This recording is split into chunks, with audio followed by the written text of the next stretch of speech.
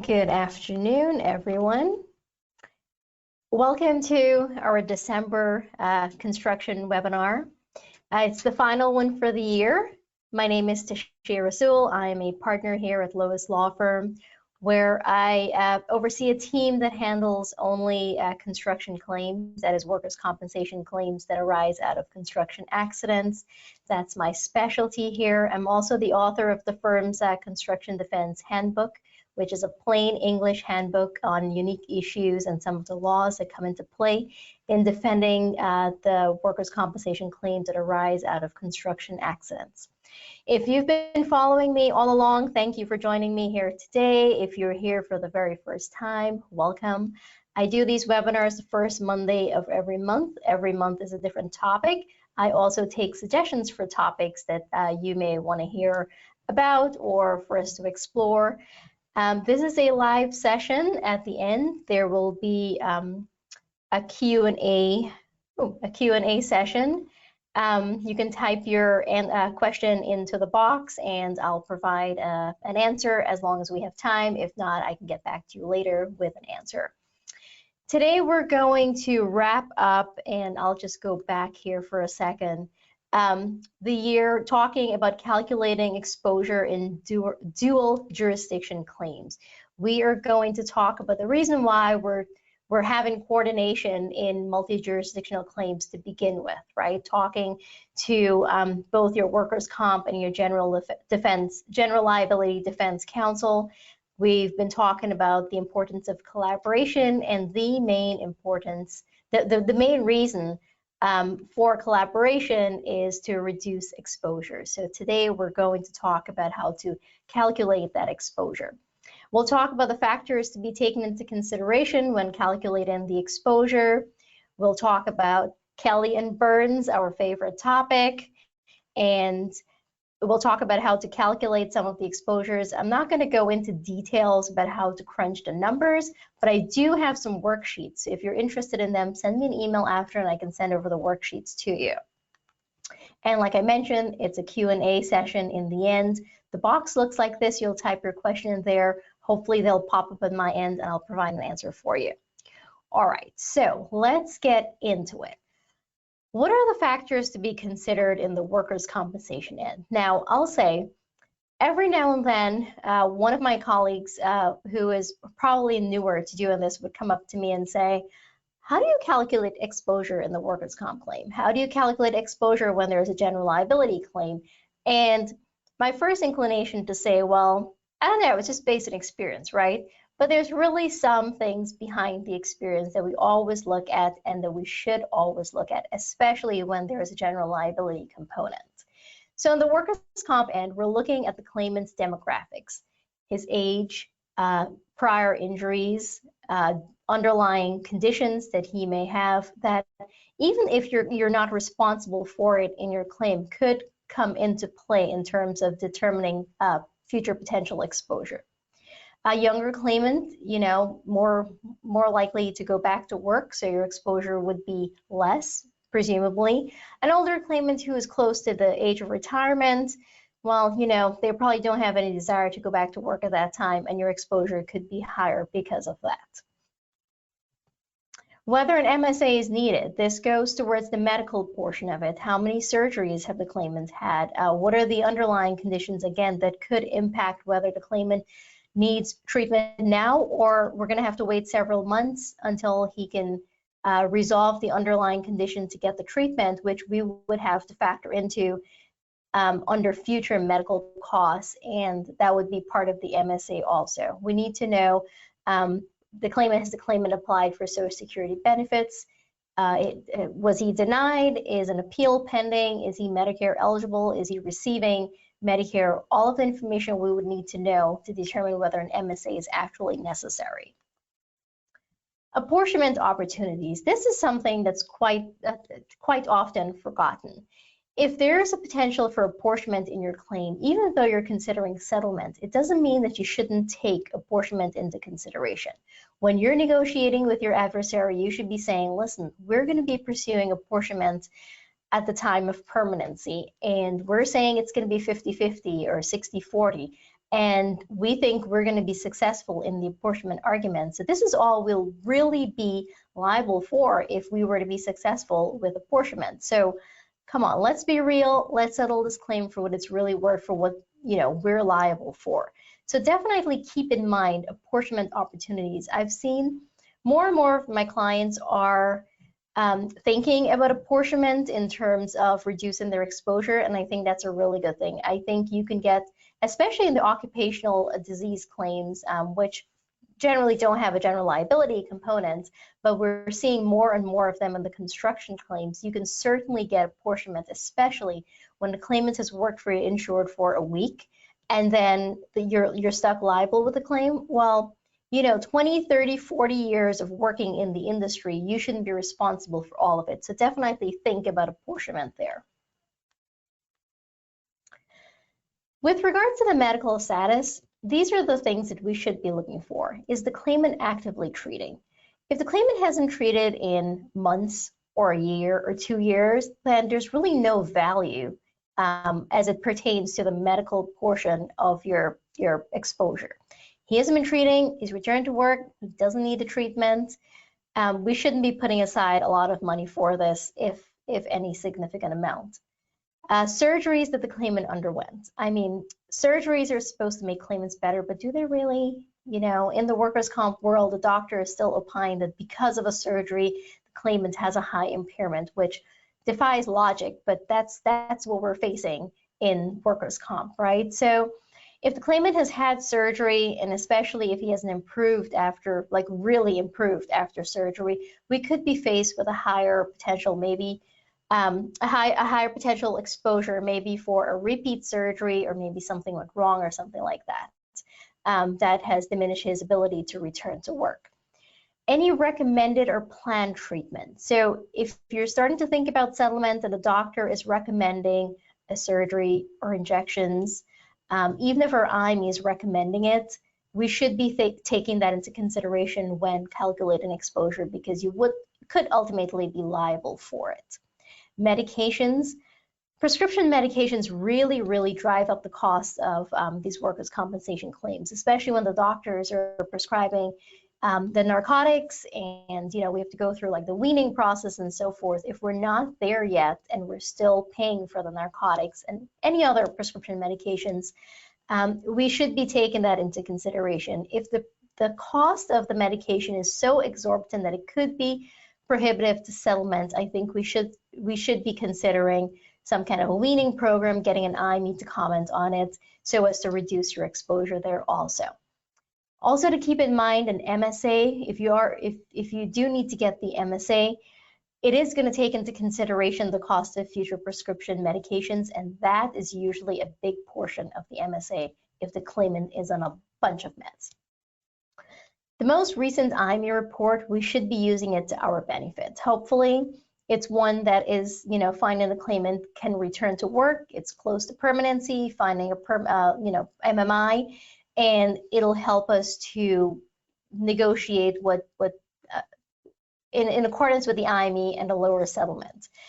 If we have not had an IME for a while and the claimant's doctors are still finding him to be total, and you're paying at the total rate and we're not getting anywhere close to permanency, you might want to consider getting an updated IME before entering into settlement negotiations, because one of the pushbacks you're going to face is the claimant's attorney saying, well, my doctor is saying a total, my doctor is saying no MMI for another year, and he's recommending all of this additional treatment, so our $400,000 demand is reasonable and we have nothing to counter. So an IME report is extremely important. It's our medical evidence.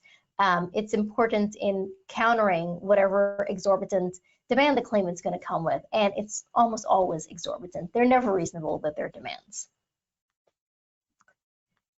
Okay, the overall status of the claim. We should be looking at the claimant's return to work status. Did he return? Did he return for a period of time that needed surgery and he's back to work? Did he stop working because of some other reason, also known as unrelated wage loss? This is something that should be taken into consideration.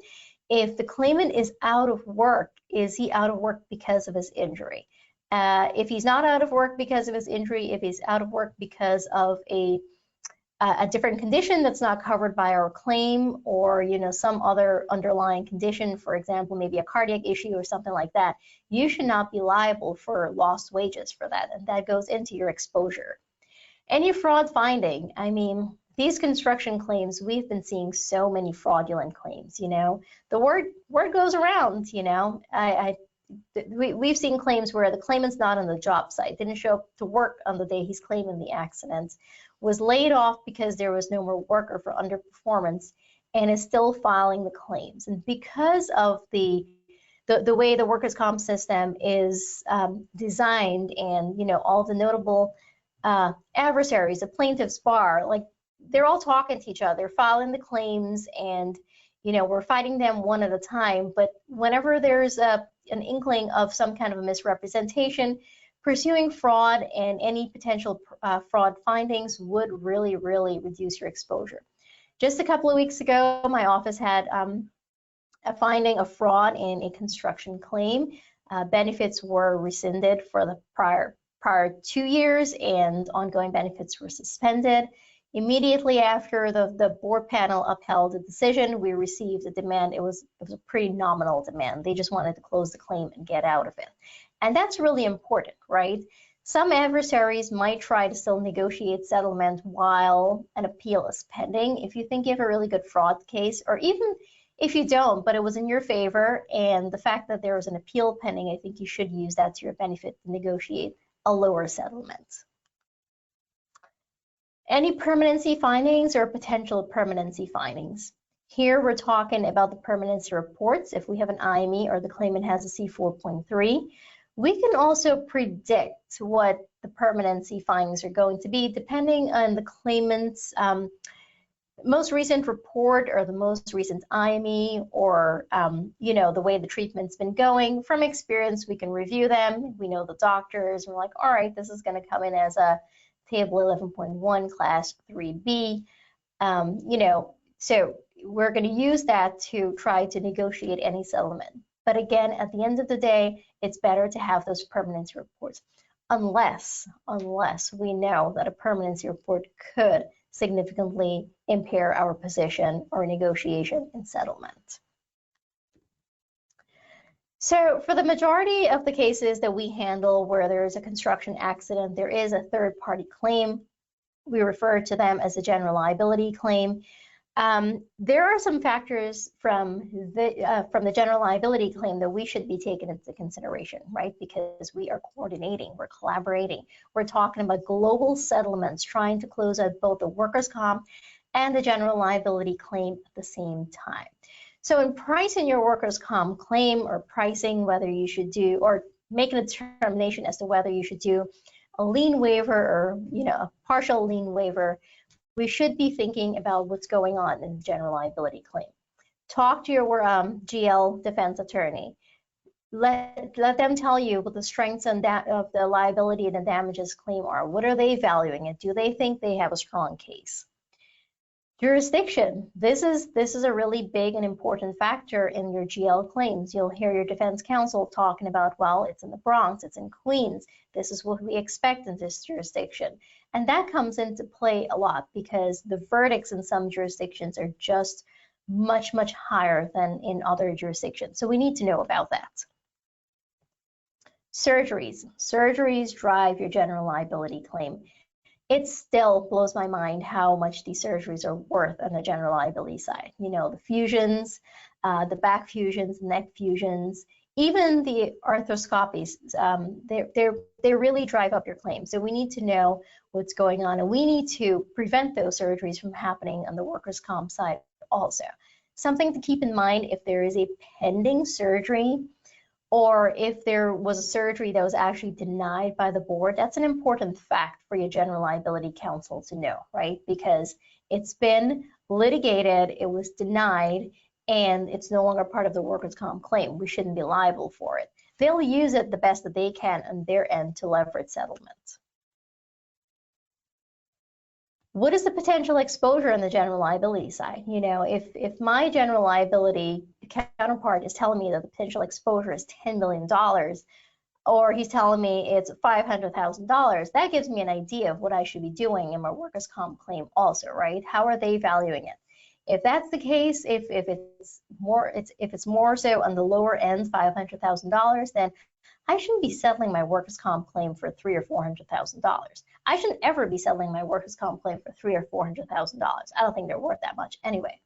So these are all factors we need to know, we need to talk about, we need to brainstorm, we need to crunch the numbers in order to determine what, where are we going with settlement. So let's move into talking about how to calculate exposure. So there are two lines of exposure. There's the indemnity and there's the medical. We should be taking into consideration prior payments, especially when there's an SLU situation going on. For the indemnity line, there's the SLU and there's the LWEC case. The SLU are the limbs, right? The shoulders, the knees, the feet, and so forth. For those claims, you get credit for all of the prior payments made. So let's just say the SLU comes back at $100,000, but you paid out $85,000 in the claim. The only money that the claimant is really entitled to would be the balance of the $15,000. Unfortunately, it doesn't work like that for LWEC. The prior payments made, a 20% LWEC, a 50, 60, 70%, that's what the claimant's going to be entitled to. You're not getting any credit for any prior payments. Again, with this, you should be relying on the doctor's reports. You should have an IME report to have as support, as guidance, and you should be using it to negotiate your settlement. If we don't have an IME report, we should be using the claimant's report as your worst case scenario, because listen, if your IME is coming back telling you worse than what the claimant's doctor is saying, we shouldn't be using that IME anymore. It should come in at less than what the claimant's doctor is saying. So we use the claimant's doctor's report as a worst case scenario in calculating your exposure.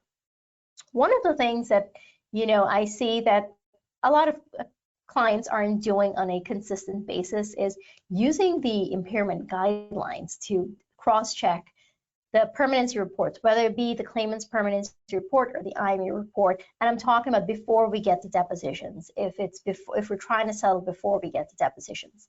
The reason I'm saying it's important is because you might have a C4.3 come in with very high permanency rankings, but then you're looking at the report and you're looking at the examination findings and checking it against the impairment guidelines. You're like, wait, this doctor's findings are really much higher than they should be.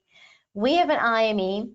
On the flip side, sometimes the IME comes in and it has higher than the actual objective and subjective evidence show. And that can be used when you're talking to your adversary about settlement. Be like, listen, your doctor is finding, a sedentary level, that a claimant can do sedentary level work. However, the examination and the notes do not reflect that. So if we're going to talk about settlement, we should be talking about something less than a 75% marked disability or, a PTD. So definitely keep in mind, use the impairment guidelines. I think this is something that's sometimes forgotten by the time we get to settlement, but your attorney should be reviewing the medical reports against them to see if there's anything there you can use for leverage. For SLU cases, if there hasn't been a finding, an SLU finding, if there has been an SLU finding, then there would be no additional money for indemnity, right? Because the SLU presumably has been paid out. The indemnity portion is closed, only the medical is open. Now we're trying to settle. There should be $0 more for indemnity. The exposure there would be the medicals. Honestly, I think I've seen one SLU claim in my entire career doing this for over 10 years now, where the claimant continues to treat after he gets his SLU, right? Because generally they get their SLU, they go back to work, they don't need to collect indemnity benefits, they don't need medicals to support benefits anymore, so they're not treating anymore. If they do, however, continue to treat or something comes up, there's a change in condition or anything like that, then that would be your potential exposure on the claim. For LWEC, if there has been a finding, we have to take the amount of LWEC paid out already, meaning if the claimant was found to have a 65% LWEC the 6 months ago, when you're calculating your exposure today, definitely deduct 6 months worth of payments you've made since the finding has been made, because the claimant has gotten that already. However, as I mentioned earlier, you're not going to get to take credit for any payments made before the LWEC finding. However, the ones made since the LWEC finding, you definitely get that credit. Do not give the claimant, an additional 6 months as part of your settlement. Your medical exposure, I briefly touched on this before. So what is the anticipated cost for the recommended or planned treatment? I mean, we always hope for an IME to come back saying no further treatment is needed. Once in a while it does, because the claimant may actually need it. Let's take into consideration what is that going to cost? And we should be thinking about the cost according to the medical fee schedule, right? Not the extra $10,000, $20,000 that the claimant's doctor is going to bill you for it. We go by the fee schedule. What does that cost? Medications, as I mentioned earlier, will the claimant need medication forever? I mean, you'll be surprised to see how many of his doctors say, yes, he'll need this indefinitely. Really? So, all the treatment that you've rendered over the years, nothing is making this claimant better. We need to take that into consideration. And again, the MSA. If an MSA is needed, liability is going to be based on the MSA for these claims. All right, so we've talked about the basics in the workers' comp claim. We've talked a little bit about the general liability claim. We've looked at the factors that we should be taken into consideration. There's the medical and the indemnity portions. Let's talk a little bit about Section 29, the liens. Now, under Section 29, the workers' comp carrier that has paid indemnity and medical benefits has a lien on the proceeds of any third party or the general liability settlement. Okay, how does the lien reimbursement work? So, our favorite people, Kelly, Burns, and Bissell. We hear about them, we talk about them. Let's talk a little bit about what exactly they stand for and how they can actually make our lives easier once we understand them and reduce our exposure. So, Kelly addresses indemnity benefits. Burns also addresses indemnity benefits.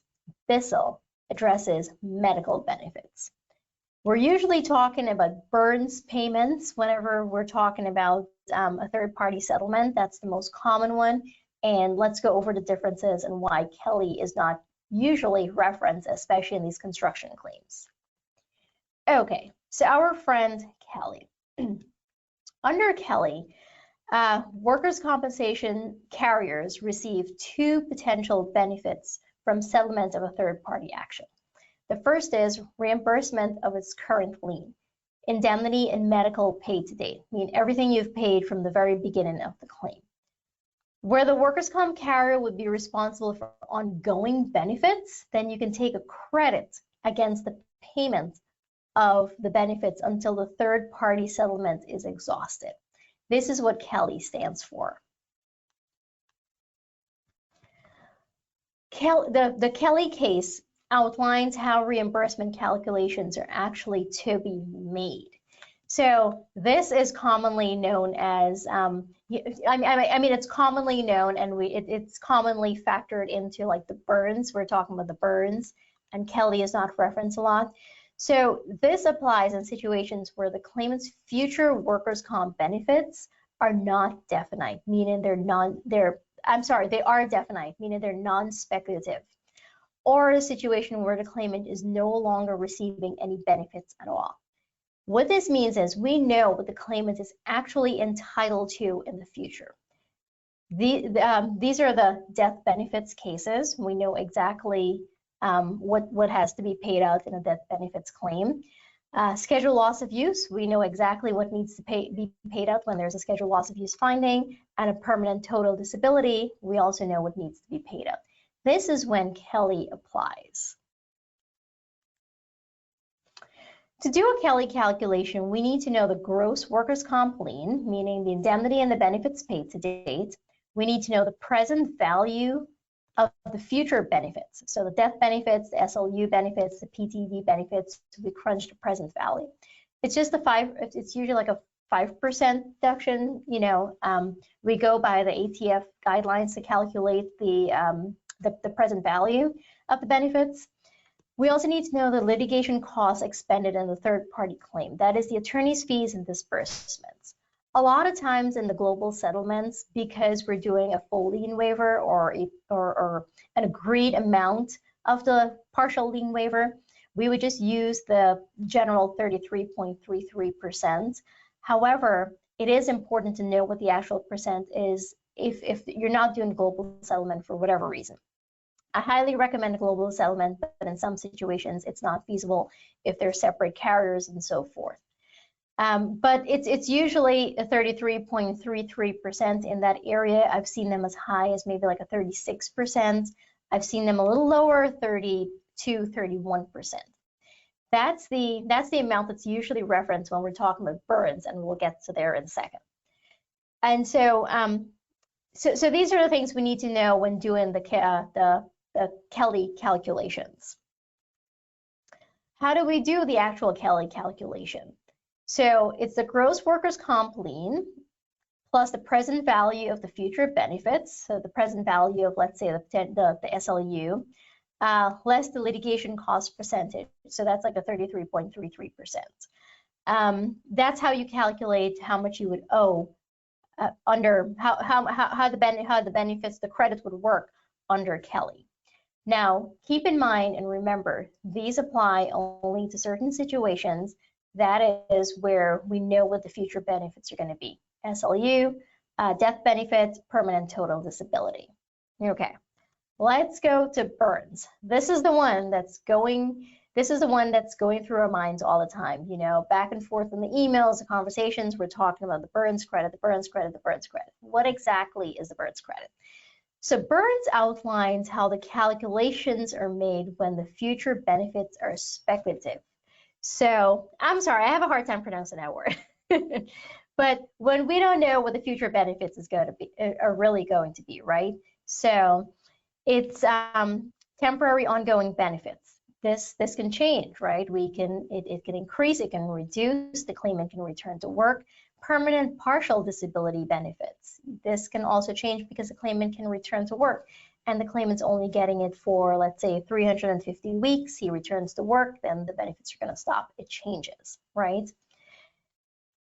That's the main difference between Kelly and burns. Kelly applies to when we know what the future benefits are going to be. Burns applies when we don't know 100% certain what they're actually going to be.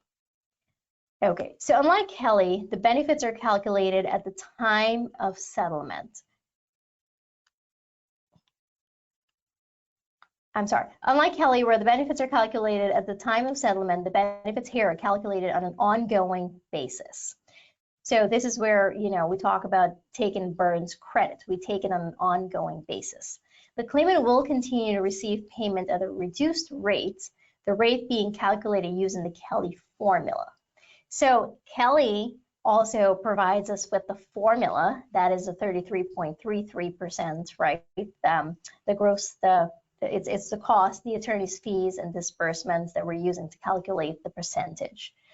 And we're actually using the Kelly calculation in doing the burns credit. The payments continue until the claimant's net settlement amount is exhausted. So once the carrier has recouped its payments in accordance with the burns rate, once it's recouped the amount that the claimant has, the claimant's settlement amount has exhausted, then the carrier can no longer take credit, and then the payments are going to continue at the normal rate. So if the carrier is taking credit for, let's say, 5 years, and after 5 years, the amount of the total amount of the credit amounts to the claimant's third-party settlement amount, after the 5 years, the carrier has to resume payments of the full amount. After the burns payments are exhausted, the workers' comp claim will resume benefits at the full payments, and then it continues. Generally, though, in the construction claims, because the settlements are so high, the carrier might be finished paying for its share of liability in the workers' comp claim even before the third-party settlement has been exhausted, right? Because they're usually like millions of dollars. The carrier is only liable for, let's say, 375 weeks of benefits. After it's done paying those 375 weeks at the reduced rate, at the Burns rate, then they're no longer liable for payments on the file. They've paid everything they need to pay pursuant to the LWEC finding. Okay, BISL. BISL speaks to the medicals. The workers' comp carrier would be liable for its equitable share of litigation costs in the future medical treatment. And it's calculated at the Burns rate. So Burns applies here also, the actual rate. When each treatment, it applies when each treatment actually incurs. It's not something you can pay ahead of time because we don't know the treatment that the claimant's actually going to undergo ahead of time, right? And the board can direct how the reimbursements should work. Generally, the thing that we request, the way that we request it is that the claimant goes and gets the treatment, submits the bill to the carrier, and the carrier is going to reimburse its equitable share. That's usually the easiest way to do it. That ensures that you're not overpaying for any treatment. And that also kind of controls the claimant's treatment because it's a little bit of a hassle for the claimant to go pay out of pocket and then seek reimbursement from the carrier. So that's the way we always argue for it if this becomes an issue. So the claimant will be responsible for the balance of the treatment, right? If you ever get a claim for the claimant saying, well, you know, this is too much, I can't pay for this. Well, you got your money from the third-party settlement. You should be using that money to do the payments. You're only liable for your share. You as a workers' comp carrier is only liable for your share. All right, so that wraps up, I'll just go back to the slide for a second. That wraps up our discussion on how to calculate exposure. I think I've brought it full circle this year. We started out by talking about the goals of multi-jurisdictional coordination. The main goal, the main purpose, the main reason we do it is to reduce ultimate exposure in the claim. As we know, these construction claims can be very, very expensive, especially in the general liability side. The workers' comp side really drives the general liability claims. So we're talking how to come up with strategies to defend these claims together. And because our goal is resolution, early resolution, low-cost resolution, we think that the coordination is really important. We've seen it play out in a lot of our cases. We do have a couple of cases where for any given reason there's no coordination and it does turn out to be more exposure on both the general liability side and the workers' comp side. And when there is a common owner, common insurance carrier, they really, really feel the pain of this high exposure. So in calculating potential exposure, we do think it's important that you take into consideration all of these factors. Talk to your colleagues, talk to General Liability Defense Counsel. General Liability Defense Counsel, if any of you are watching me here today, talk to your workers' comp counsel, see what's going on there. Let's talk about the lien. The lien is very important. Are we going to do a full lien waiver or a partial lien waiver? That's extremely important in trying to come up with global settlement negotiations. Now, I know I kind of went through the Kelly and Burns quickly. If you would like more explanation, more details about it, send me an email and I can send you the written calculations that I have so you can take a look at how it plays out. Last year, I did a special Kelly and Burns webinar for clients because it was requested. If that's something you'd be interested in next year, I'd be more than happy to schedule it into next year's training. So the next webinar is going to be next month, January 3rd. It's going to be the Tuesday because we're off the Monday. We are going to talk about multi-jurisdictional coordination. We are going to do an introduction and why it should be done. There are some fresh new topics that are coming in January next year. If you have ideas that for topics that you'd like me to focus on, please feel free to send them to me, preferably by the end of December as I'm planning the curriculum for next year. Thank you for joining me here today. Thank you for joining me all year long. If you've been coming month after month, if you're here the very first time, I hope to see you again next month. Have a happy holiday season. Be safe, be merry, and we'll talk again in January. See ya.